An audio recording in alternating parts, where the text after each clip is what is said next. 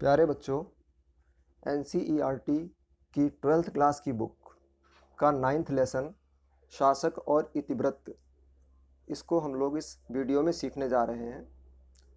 तो ये लेसन हमारा मुग़ल साम्राज्य से संबंधित है।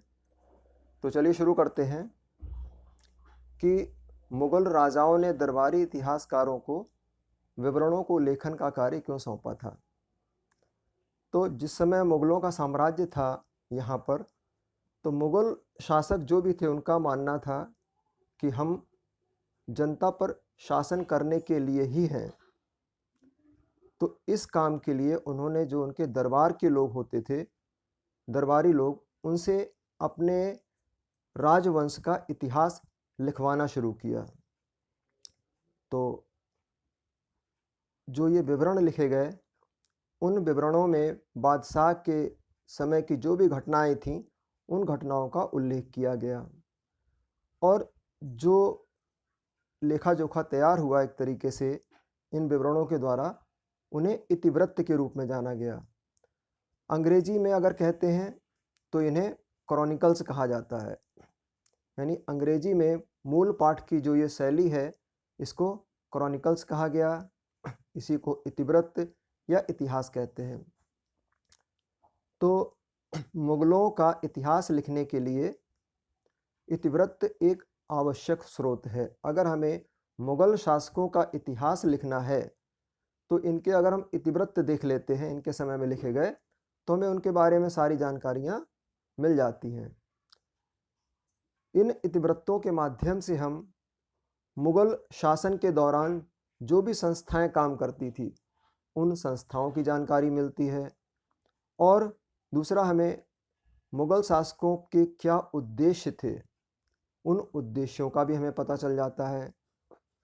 तो ये सारी चीज़ें हमें इतिवृत्तों के माध्यम से पता चलती हैं।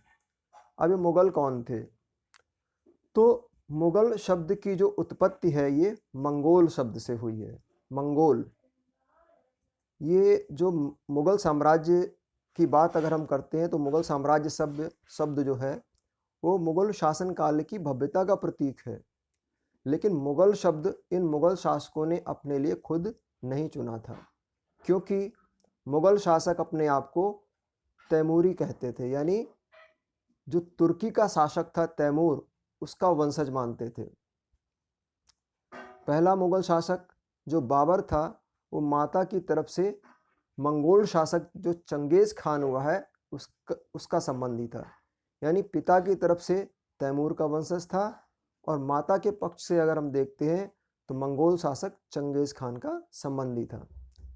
लेकिन बाबर तुर्की भाषा बोलता था, और उसने मंगोल शासक जो भी हुए, उन्हें बर्बर गिरोह का नाम दिया। उनको बहुत अच्छी निगाह से नहीं देखता था। उसका मानना था कि ये लोग बड़े ही बर्बर किस्म के हैं। तो मुग़ल शब्द का जो प्रयोग होता है, वो सबसे पहले 16वीं सदी में होता है। और जो यूरोपीय देश हैं, उन लोगों ने इस वंश के लिए मुग़ल शब्द का प्रयोग किया था। जो रडयार्ड किपलिंग हैं, उन्होंने अपनी एक किताब लिखी थी, जंगल बुक। और उस जंगल बुक का जो हीरो है, नायक है, उसका नाम है मोगली। और ये मोगली शब्द भी इसी शब्द से निकला हुआ है। अब हम मुग़लों का राजनीतिक इतिहास देखते हैं। सबसे पहला जो मुग़ल साम्राज्य का संस्थापक, वो बाबर है। तो बाबर ने मुग़ल साम्राज्य कई राज्यों को मिला करके बनाया था। और कैसे मिलाया था? उसने या तो दूसरे इलाकों पर विजय हासिल की थी, या उनके साथ मित्रता की। मित्रता के द्वारा समझौते किए, यानी मैत्री संधियों के द्वारा या विजयों के द्वारा उसने अपने साम्राज्य का विस्तार किया। तो ये जो साम्राज्य का संस्थापक है, जहीरुद्दीन बाबर, ये फरगना का रहने वाला था, और वहाँ पर इसके विरोधी लोग थे उज़्बेक।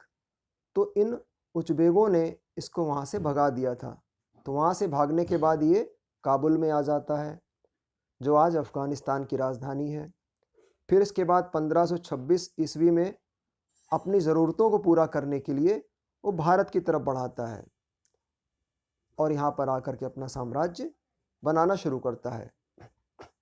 इसके बाद हुमायूं जो है बाबर का पुत्र है। उसने यानी बाबर का जो समय था वो 1526 से लेके 1530 ईस्वी तक था। फिर हुमायूं जब आता है तो 1530 से 1540 तक शासन करता है। इसके बाद 1555 से 1556 तक करता है। तो इसने भी अपने शासनकाल में अपने साम्राज्य की सीमाओं का विस्तार किया। लेकिन 1540 में अफगान नेता है जिसका नाम है शेरशाह सूरी, वो इसको हरा देता है और भारत से भगा देता है और ये भाग करके ईरान चला जाता है हुमायूं।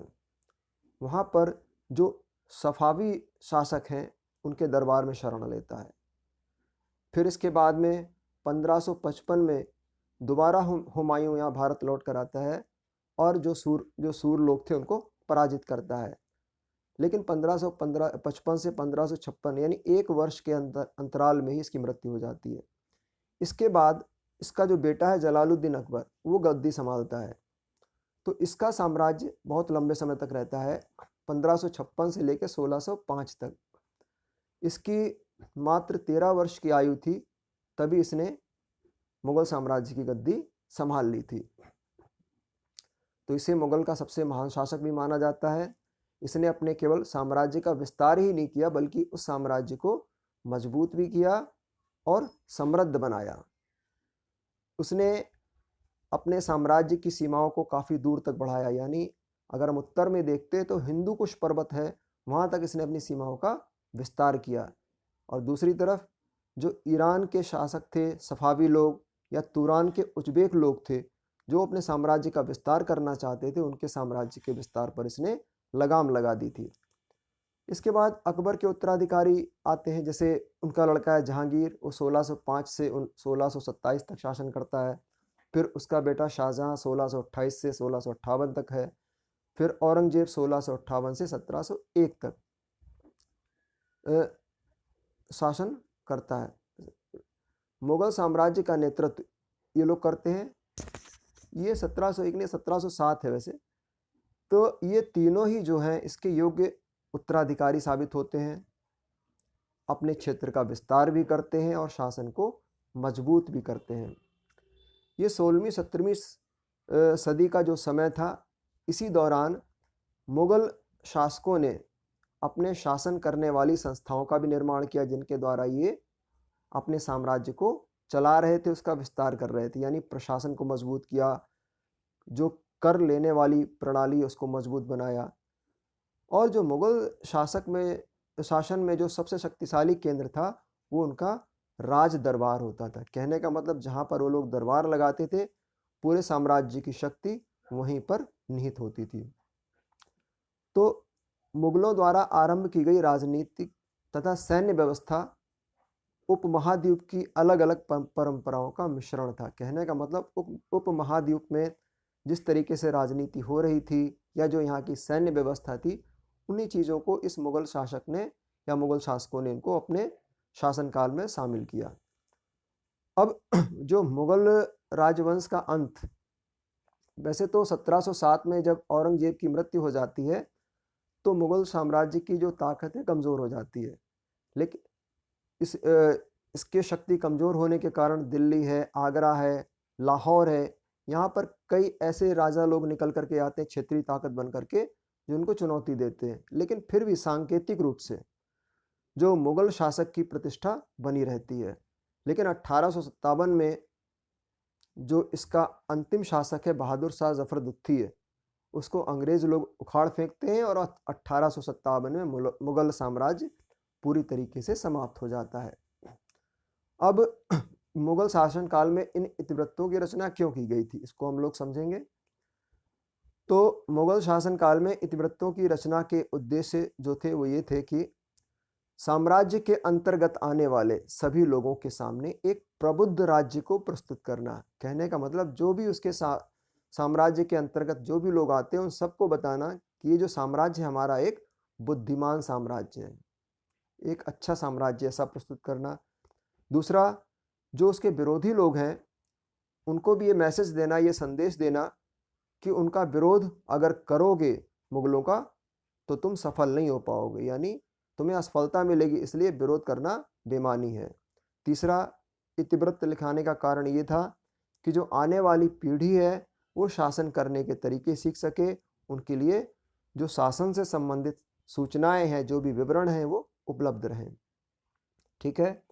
अब इसके बाद हम लोग देखते हैं कि मुगल इतिवृत्तों के जो लेखक थे वो इनके दरबारी लोग हुआ करते थे। हमने शुरू में देखा, इन्होंने अपने इतिहास लेखन में जो उनके समय के शासन की घटनाएं थी, या शासक का जो परिवार था, या उस समय जो अभिजात वर्ग थे, और युद्ध तथा प्रशासनिक जो व्यवस्थाएं थी, उन सारी बातों का विवरण इन इतिवृत्तों में लिखा गया है। तो अकबर, शाहजहां और औरंगजेब की कहानियों पर ही आधारित है इतिवृत्त, इसलिए इनके शीर्षक कैसे बने? एक इतिवृत्त है अकबरनामा, एक इतिवृत्त है शाहजहांनामा, एक का नाम है आलमगीरनामा, जो कि इन शासकों के नाम पर ही इन इतिवृत्तों का नाम रखा गया। जो भी लोग इन इतिवृत्तों को लिखते थे तो उनका मानना था कि साम्राज्य व दरबार का जो भी इतिहास है वही बादशाह का इतिहास है, यानी साम्राज्य व दरबार का इतिहास बराबर बादशाह का इतिहास। आप यूँ समझ सकते हो इस बात को। अब हम देखते हैं कि मुगल दरबारी इतिहास फारसी भाषा में क्यों लिखे गए।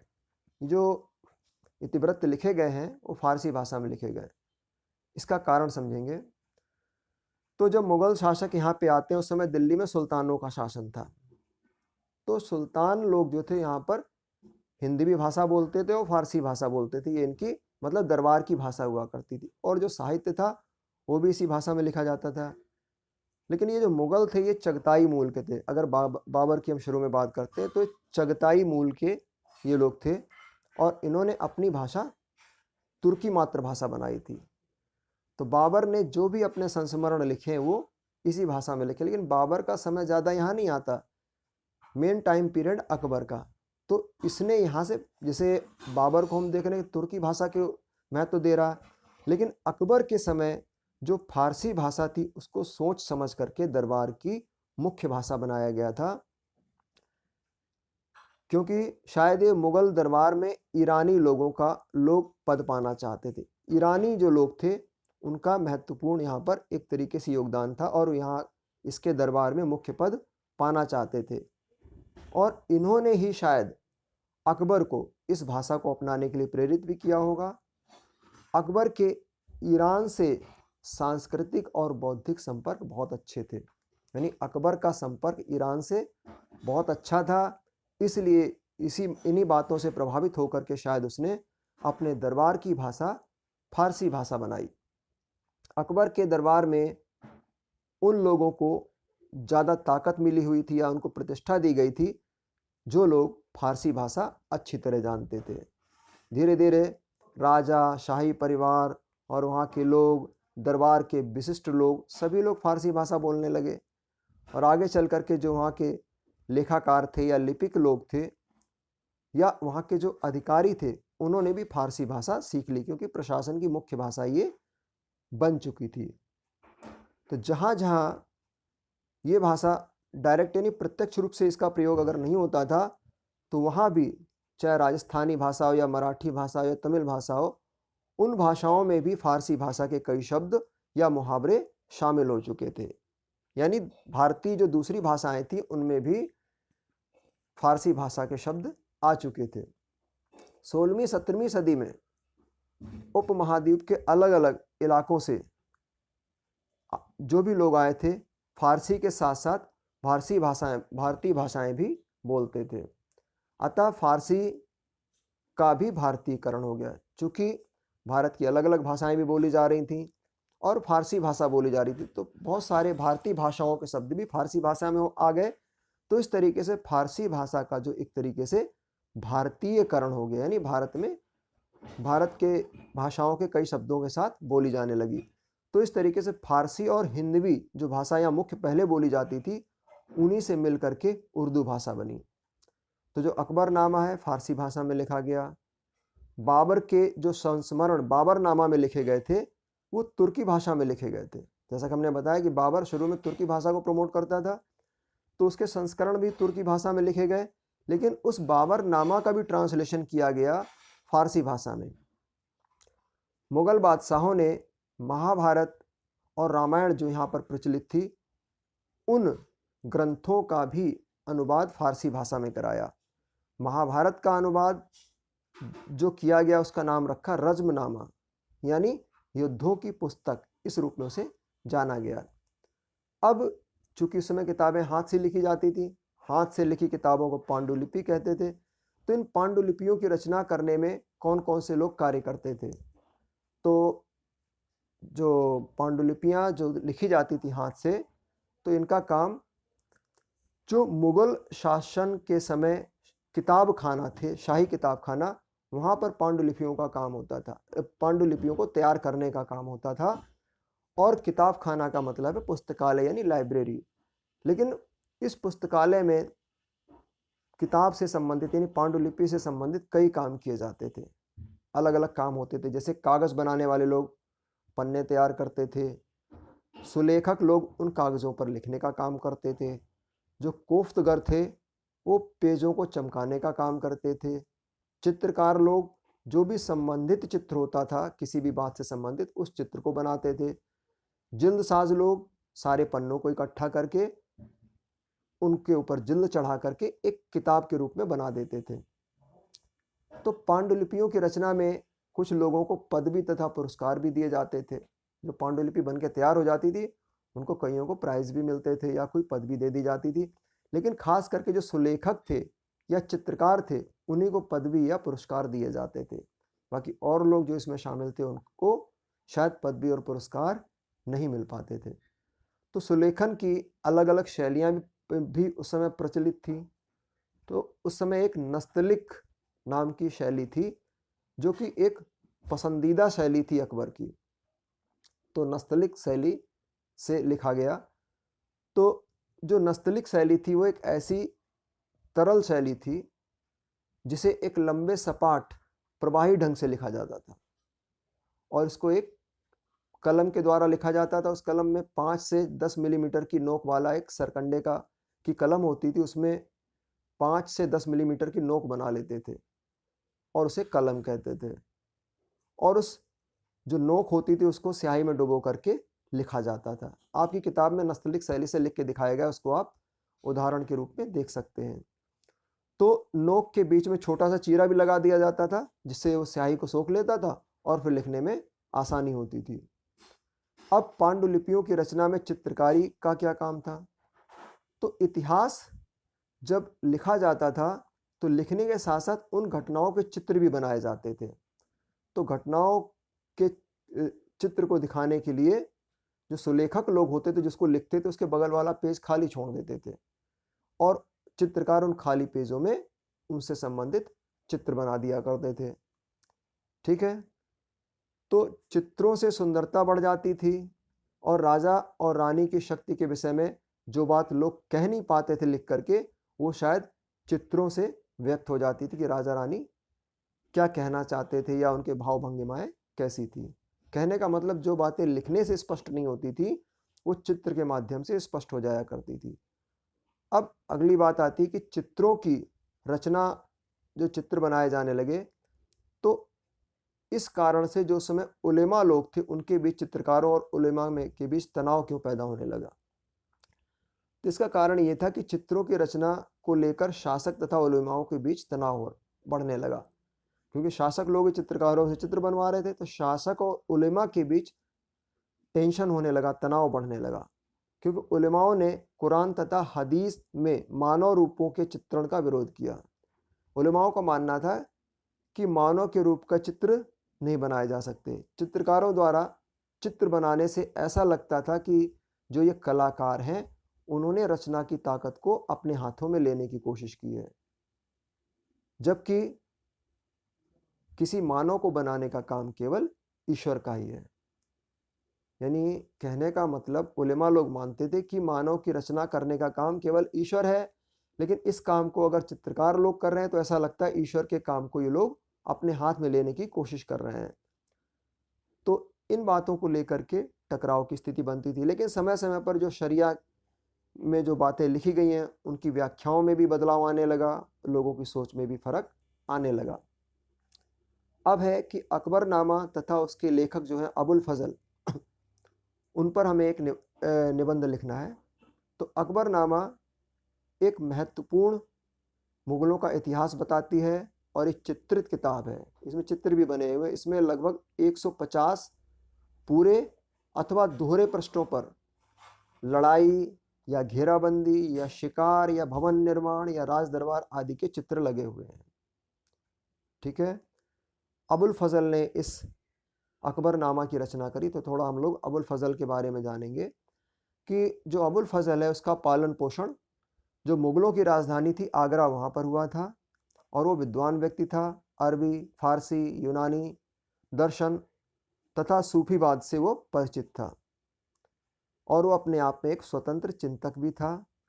जो उलेमा लोग अपनी संकीर्ण विचारधारा सामने रखते थे उसका वो विरोध भी करता था। तो इन्हीं गुणों से प्रभावित होकर के अकबर ने उसे अपने दरबार में स्थान दिया और उसको अपना सलाहकार भी नियुक्त कर दिया। अकबर की बातों को लोगों के सामने रखने का काम भी ये अबुल फजल करता था, यानी वो अकबर के शासन काल का प्रवक्ता भी था। तो बादशाह राज्य को धार्मिक रूढ़वादियों से मुक्त करना चाहता था। जो अकबर था उसका मानना था कि हमारे साम्राज्य में अलग अलग धर्मों को मानने वाले लोग रहते हैं, इसलिए जो धार्मिक रूढ़िवादियाँ उन्हें यहाँ से समाप्त किया जाना चाहिए। तो अबुल फजल ने अकबर के शासन से जुड़े विचारों को आकार भी दिया और उन्हें स्पष्ट रूप से व्यक्त भी किया। अकबरनामा लिखने की शुरुआत 1589 में होती है और 13 वर्षों तक इसे लिखा जाता है। इसकी 3 जिल्दें तैयार करी जाती हैं। तो इस दौरान उसने इसके प्रारूप में, यानी जो इसका एक फॉर्मेट तैयार करे, तो इसमें कई बार सुधार भी किए। यह इतिहास घटनाओं के विवरणों, शासकीय दस्तावेजों तथा व्यक्तियों के मौखिक प्रमाणों पर लिखा गया। मतलब ये जो इतिवृत्त लिखा गया है अकबरनामा, किन किन आधारों पर लिखा गया है? इसमें ऐतिहासिक घटनाओं के विवरणों से इसमें बातें ली गई हैं। जो शासन से संबंधित दस्तावेज से थे उनसे बातों को लिया गया, और जो मौखिक प्रमाण मिले उनके आधार पर इसकी रचना की गई। अकबरनामा को राजनैतिक विवरण देने के लिए लिखा गया। इसके लिखने का मुख्य उद्देश्य था कि जो राजनैतिक बातें उसको इनमें लिखा जाए। इसके साथ साथ जो साम्राज्य की भौगोलिक स्थिति है, सामाजिक है या प्रशासनिक और सांस्कृतिक पक्षों का भी इसमें उल्लेख किया गया है। यानी अकबरनामा में राजनीतिक महत्व तो दिया ही गया, राजनीतिक बातों को महत्व तो दिया गया है, लेकिन भौगोलिक, सामाजिक, प्रशासनिक, इन सभी बातों को इसमें शामिल किया गया है। तो इसमें 3 जिल्दें, यानी अकबरनामा को 3 जिल्दों में बांटा गया है। पहली जो 2 जिल्दें हैं जो इतिहास बताती हैं, और तीसरी जिल्द जो है उसका नाम है आईने अकबरी। तो पहली जिल्द में जो लिखा है उसमें आदम से लेकर के अकबर के जीवन काल तक को एक भौगोलिक काल चक्र तक मानवता द्वारा इतिहास दिया गया है। और दूसरी जिल्द जो है वो अकबर के 46वें शासन वर्ष यानी 1601 पर आकर के समाप्त हो जाती है। दूसरी जो जिल्द जो बनाई गई है वो अकबर का जो 46वां शासन वर्ष था, यानी शासन करते उसको 46 वर्ष पूरे हो चुके थे, यानी 1601 में आकर के दूसरी जिल्द समाप्त हो जाती है। और इससे अगले ही वर्ष जो अबुल फजल है वो उसके लड़के सलीम की षड्यंत्र का शिकार हो जाता है, और इसका सलीम का ही एक दोस्त है वीर सिंह बुंदेला, वो इसकी हत्या कर देता है।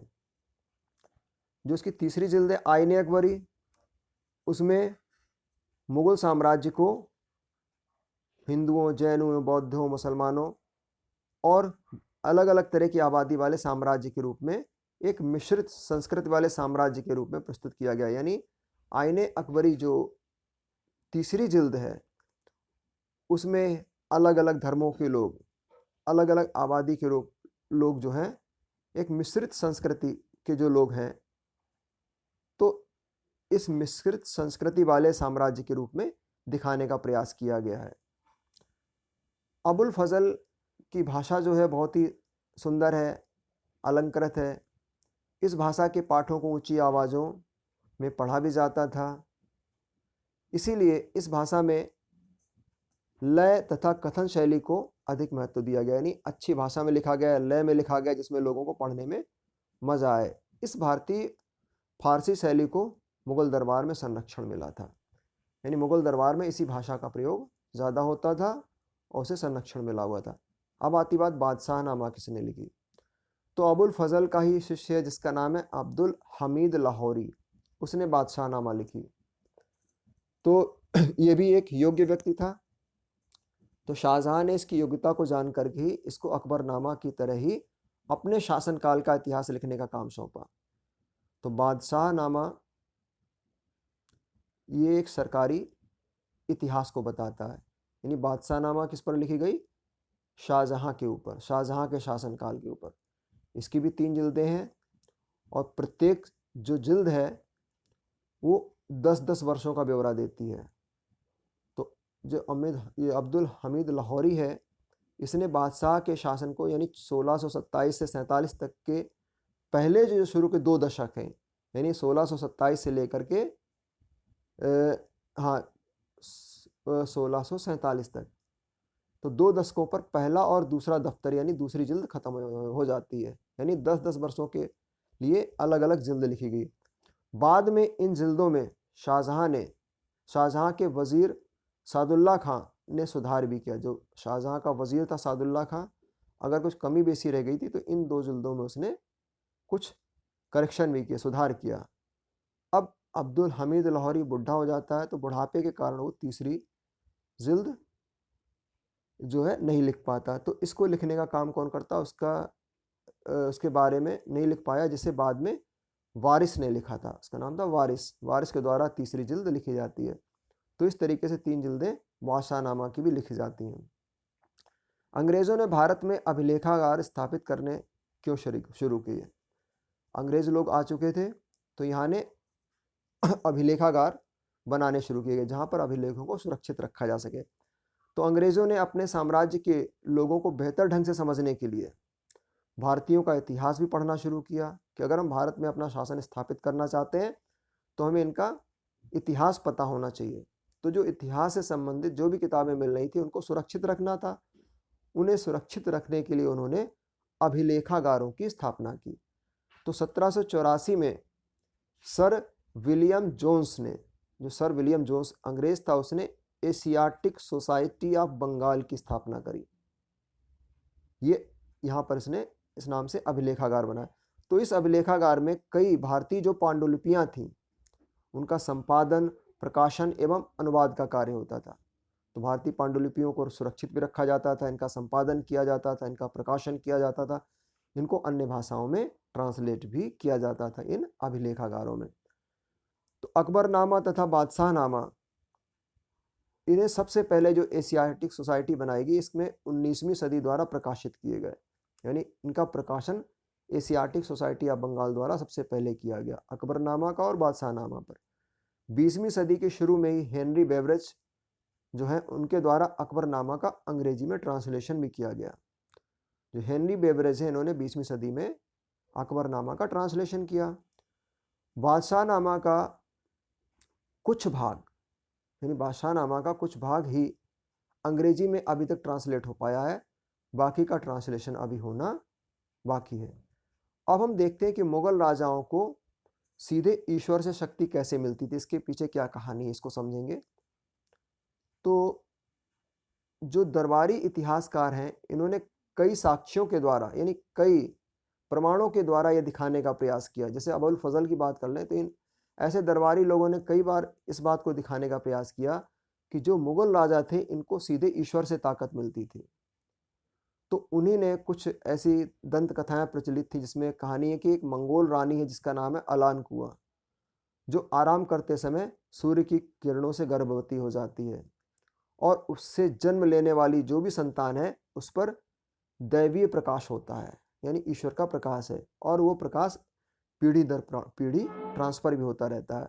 तो ईश्वर से प्रकाश को ग्रहण करने वाली चीज़ों के क्रम में अबुल फजल ने मुगल राजत्व के सबसे ऊंचे स्थान पर रखा। यानी जो अबुल फजल था, इसने इस बात को अच्छी तरीके से साबित करने का प्रयास किया कि मुगल शासकों को ईश्वर से शक्ति यानी ताकत मिल रही है शासन करने के लिए। और ये जो सोच थी वो ईरानी सूफी थे जिनका नाम था शिहाबुद्दीन सुहरावर्दी, इनके विचारों से वो प्रभावित था अबुल फजल। क्योंकि इस तरह के सबसे पहले विचार उसने प्रस्तुत किए थे। 17वीं सदी से मुगल कलाकारों ने बादशाहों के प्रभामंडल के साथ चित्रित करना शुरू कर दिया, यानी जो बादशाह लोग थे उनके चारों तरफ प्रभामंडल बनाना गोल गोल सा शुरू कर दिया। तो इस तरीके से मुगल बादशाहों को दिखाया गया।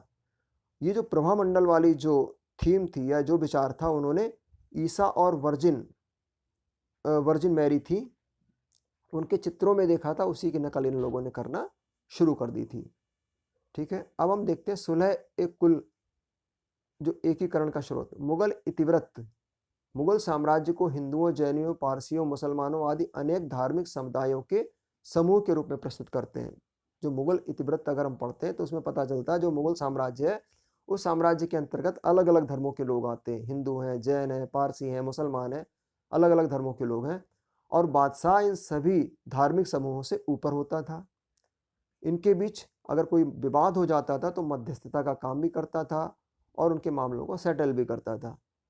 ठीक है, और इनके बीच न्याय और शांति बनाए रखने का पूरा प्रयास करता था। तो अबुल फजल ने सुलह ए कुल यानी पूर्ण शांति को प्रबुद्ध शासन का आधार बताया। उसने कहा कि जो अकबर के शासन का जो मुख्य आधार है वो है सुलह ए कुल की नीति यानी पूर्ण शांति की नीति। सुलह ए कुल में वैसे तो जो अलग अलग धर्म के लोग थे उन्हें अपने अपने धर्मों को मानने की आज़ादी थी, लेकिन एक शर्त ये थी कि राजा की सत्ता को कोई भी नुकसान नहीं पहुंचाएगा और सभी धर्मों के लोग आपस में लड़ाई भी नहीं करेंगे। तो सुलह ए कुल का आदर्श राज्य की नीतियों के द्वारा लागू किया गया। जो सुलह ए कुल के जो आदर्श बनाए गए थे तो राज्य के द्वारा नीतियां बनाकर इस नियम को लागू भी किया जाता था साम्राज्य में। इस समय अभिजात वर्ग मिश्रित था, जो एक संभ्रांत वर्ग था वो मिला जुला था, उसमें ईरानी, तुरानी, अफगानी, राजपूत, दक्षिणी अलग अलग लोग शामिल थे।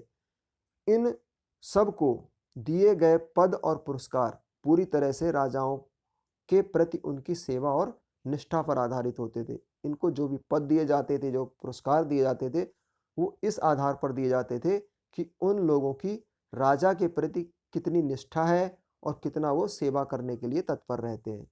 तो अकबर ने 1563 में तीर्थ यात्रा कर समाप्त कर दिया था, 1564 में जजिया कर समाप्त कर दिया था। अधिकारियों को सुलह ए कुल के नियमों को पालन कराने के अच्छे निर्देश भी दिए गए थे कि अच्छी तरीके से साम्राज्य में नियमों का पालन होना चाहिए। सभी मुगल बादशाहों ने पूजा के स्थान के निर्माण तथा रखरखाव के लिए अनुदान भी दिए थे।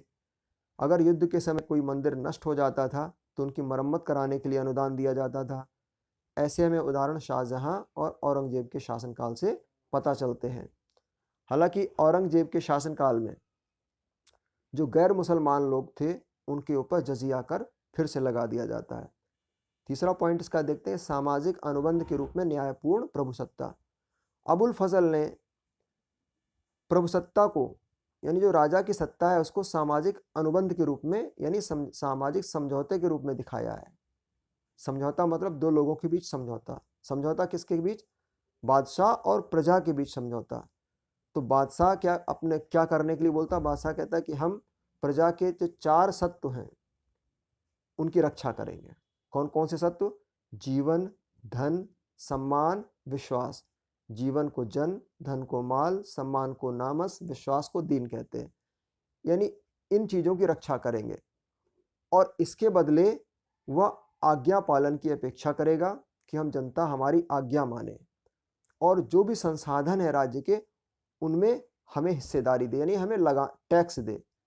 तो दो बातें, राजा एक तरफ काम करेगा और दूसरी तरफ जनता से अपेक्षा करेगा। तो ये समझौता जनता और राजा के बीच होता था। इसे अबुल फजल ने प्रभुसत्ता को सामाजिक अनुबंध के रूप में दिखाया है।